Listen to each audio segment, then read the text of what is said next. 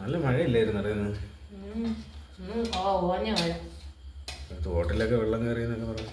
ഇവിടെ തോട്ടിലൊന്നും വെള്ളമൊന്നും കയറിയില്ല. അമ്മ അപ്പുറത്ത് മറ്റേ ജീപ്പിനോട് കയറി വന്നാ വലുതായിട്ടൊന്നും ഇല്ലടേ. പക്ഷേ പണ്ടത്തെ പോലെ അത്രയ്ക്കൊന്നും ഇല്ല. പണ്ടൊക്കെ അടിപൊളിയല്ലായിരുന്നു.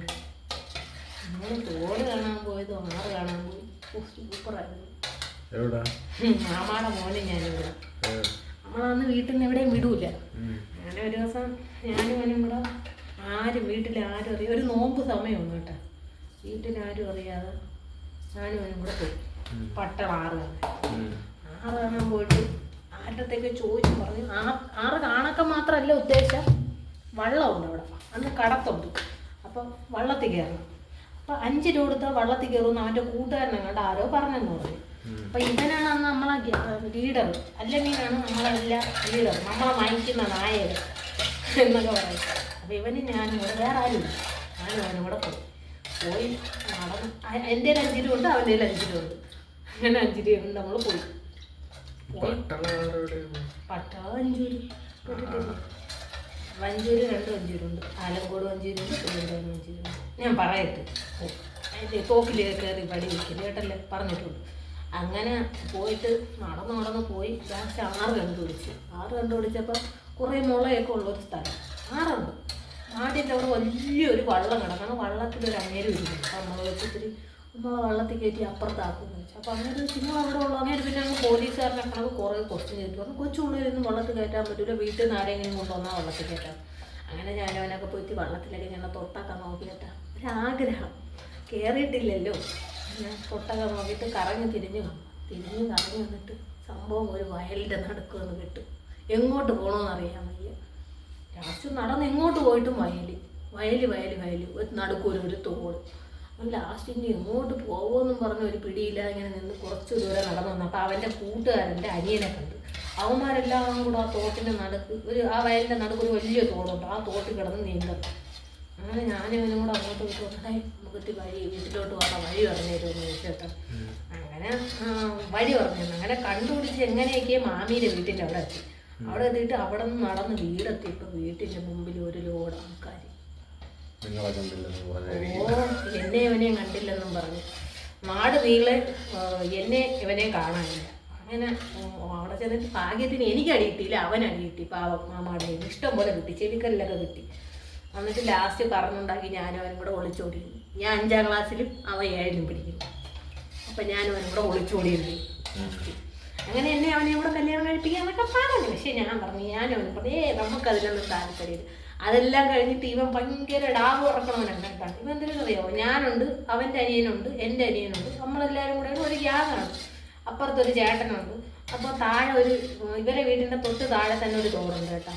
അപ്പോൾ ആ തോട്ടിൽ ഉച്ചയൊക്കെ ആകുമ്പോഴത്തേക്ക് ഉച്ച കഴിയുമ്പോൾ എല്ലാവരും തുണി കഴുകാനും കുളിക്കാനും ഒക്കെ അന്ന് അവിടെയാണ് പോകുന്നത്. അങ്ങനെ പോകുമ്പോൾ ഈ എണ്ണം കെട്ടവരുണ്ടല്ലോ, നമ്മളെ വീട്ടിൻ്റെ അവിടെ തോടൊന്നുമില്ല. അപ്പോൾ അത് നമുക്ക് തോട്ടി ഇറങ്ങാൻ ഭയങ്കര ആഗ്രഹമാണ്. അപ്പോൾ ഈ എരണം കെട്ടോ നമ്മളെ തോട്ടി ഇറങ്ങാൻ സമ്മതിക്കില്ല. ഇവൻ ഭയങ്കര ആളായിട്ട് പറയും, അയ്യോ ഭയങ്കര ആഴമാണ്, നിങ്ങൾക്ക് ആർക്കും നീന്താൻ അറിയാവുന്നവർ മാത്രമേ ഇറങ്ങാമെന്ന് പറയാം. അപ്പോൾ നമ്മളിത് കേട്ട് വിശ്വസിക്കും. ഞാനും എൻ്റെ അനിയനും ഒക്കെ അയ്യോ അവൻ പറയണ സത്യമാണെന്ന് പറഞ്ഞ് വിശ്വസിച്ചുകൊണ്ടിരിക്കും. അങ്ങനെ സംഭവം എന്തിനാണ്, നമ്മളെ മുട്ടിൻ്റെ അത്ര വരെ പോലും വെള്ളം കാണില്ല. ഇവ എന്നിട്ട് ഇറങ്ങി കിടന്ന് ഇങ്ങനെ ഉള്ള ഈ കഴുത്ത് ഇങ്ങനെ മൊത്തത്തിൽ മലന്ന് കിടന്നിട്ട് ഇങ്ങനെ നീന്തലോടെ കാണിക്കണേന്ന്. പിന്നെയല്ലേ മനസ്സിലായി ഈ എരണം കെട്ടോ മൊത്തം ഉടായിപ്പിറക്കിയതാണ് നമ്മളെ ഇറക്കാതിരിക്കാനായിട്ട്. അത് കഴിഞ്ഞ ഒരു പ്രാവശ്യം മല ഉണ്ടല്ലോ അവിടെ, പാറമല അറിഞ്ഞൂടെ? അതെ അവിടെ പാറമലയാണ്. വീട്ടിൽ നിന്ന് ആരും അറിയാതെ അത് എല്ലാവരും കൂടെയാണ്, നമ്മളെല്ലാവരും കൂടെയാണ് പോയത്. അന്നും അവന് കുറെ അടി കിട്ടി. പാറമല കണ്ട് കൊക്കേര വരെ എത്തി. അവൻ തല്ലുള്ളി തരവേ കാണിക്കുള്ളൂ.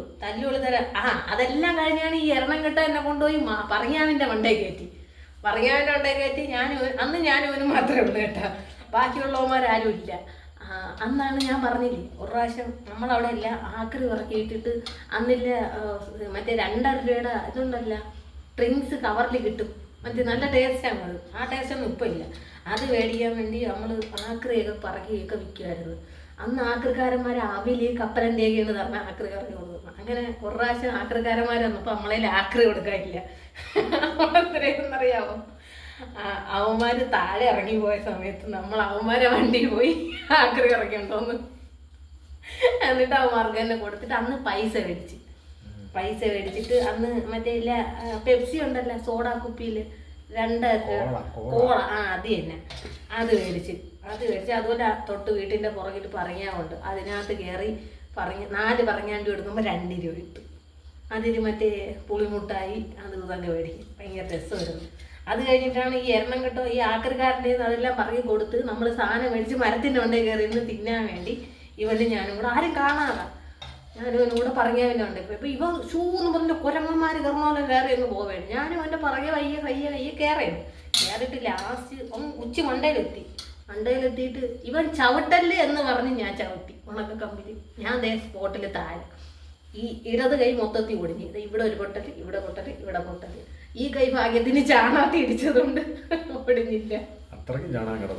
ഓ ഇഷ്ടം പോലെ. അതെന്ന് വെച്ചാൽ അവിടെ കുറെ പശുവിനെയും പോത്തിനെയൊക്കെ കൊണ്ടുവന്ന് കെട്ടുമായിരുന്നു. അങ്ങനെ അപ്പോഴും പറയാം അവിടെ താഴെ ഒരു കിളവനെയും കിളവിയും അടങ്ങിയിട്ടുണ്ട്. അപ്പൊ അവരെല്ലാരും പറഞ്ഞ ആ കിളവനെയും കിളവിയും കൂടെ തള്ളിയിട്ടായിരുന്നു എന്നെ. പണ്ടേ ആ കിളവനെയും കിളവിയും ജീവിച്ചിരിക്കുമ്പോഴേ എന്നെ കണ്ടുകൂടാ. ഞാൻ തർക്കുത്തരം പറഞ്ഞതുകൊണ്ടായിരിക്കും.